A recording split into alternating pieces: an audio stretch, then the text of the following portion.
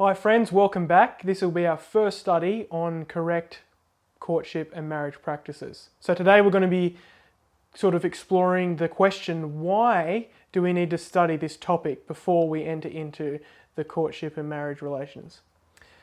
Well, if you look at the statistics today, it says that almost 50% of marriages end in divorce. Now it's quite alarming, but this actually doesn't take into account those people that actually stay together in the marriage and yet are unhappy and miserable.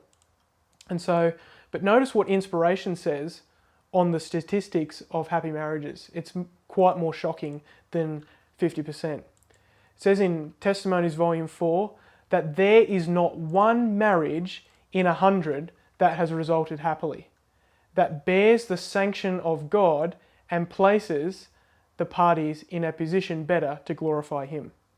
Now, not 1 in 100. That's less than 1%. That means that 99% of the relationships and marriages that are going on today are not sanctioned by God. God has not brought them together, and therefore they can't give glory to God. Now, we're going to study this a little bit more in depth a little bit later, but our whole purpose of having life is to give God glory. Now, why don't these marriages, the majority of marriages, give God glory?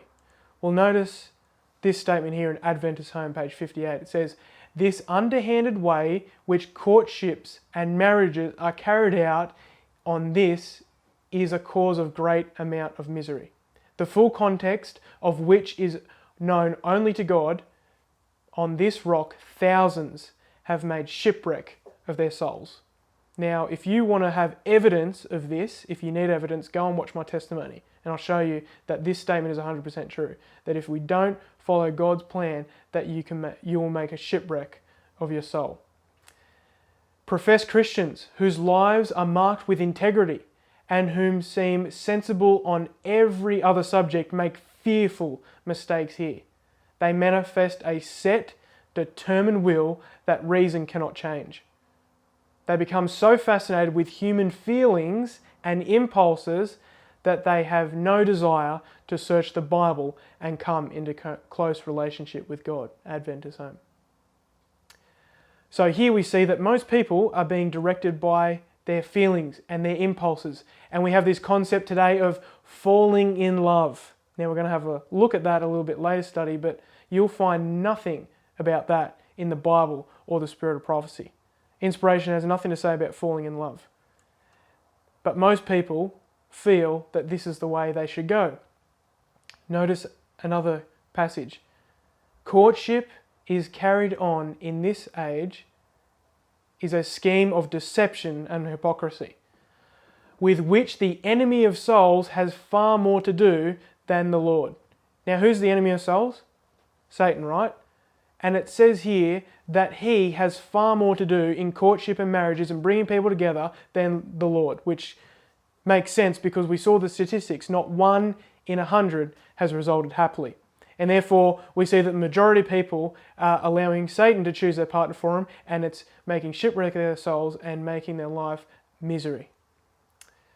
Now, we don't want Satan choosing our life partner. Why not? Well, is he going to give us the best person? Is he going to give us someone that's going to be a blessing to our lives and give glory to God? No. He's going to give us the person that's going to make us the most miserable, the most hurt, and will make our lives a complete mess. And so we want to make sure that when we're conducting marriage and courtship, then it is God's will, and we're allowing God to choose the person for us and determining God's will. You know that marriage was supposed to be a piece of heaven on earth? You see, God brought the first marriage together in the Garden of Eden, and we're going to have a look at that in a little bit more in depth later on. But notice this statement in Letters to Young Lovers. And I just want to make a side point. Young people, I beg you, please read this book. Please. Before you get into relationships, I beg you, please read this book. It's only a short book, but you will save yourself so much heartache, so much pain, so much misery. But notice what this says. The warmth of true friendship and the love that binds the hearts of husband and wife are a foretaste of heaven. Isn't that beautiful? Isn't that encouraging to note that God's desire for husband and wife is to have a foretaste of heaven and to experience heaven? So the question is, how do we experience heaven on earth? Well, notice is Jesus' prayer. Thy kingdom come, thy will be done in earth as it is in heaven. Matthew 6:10.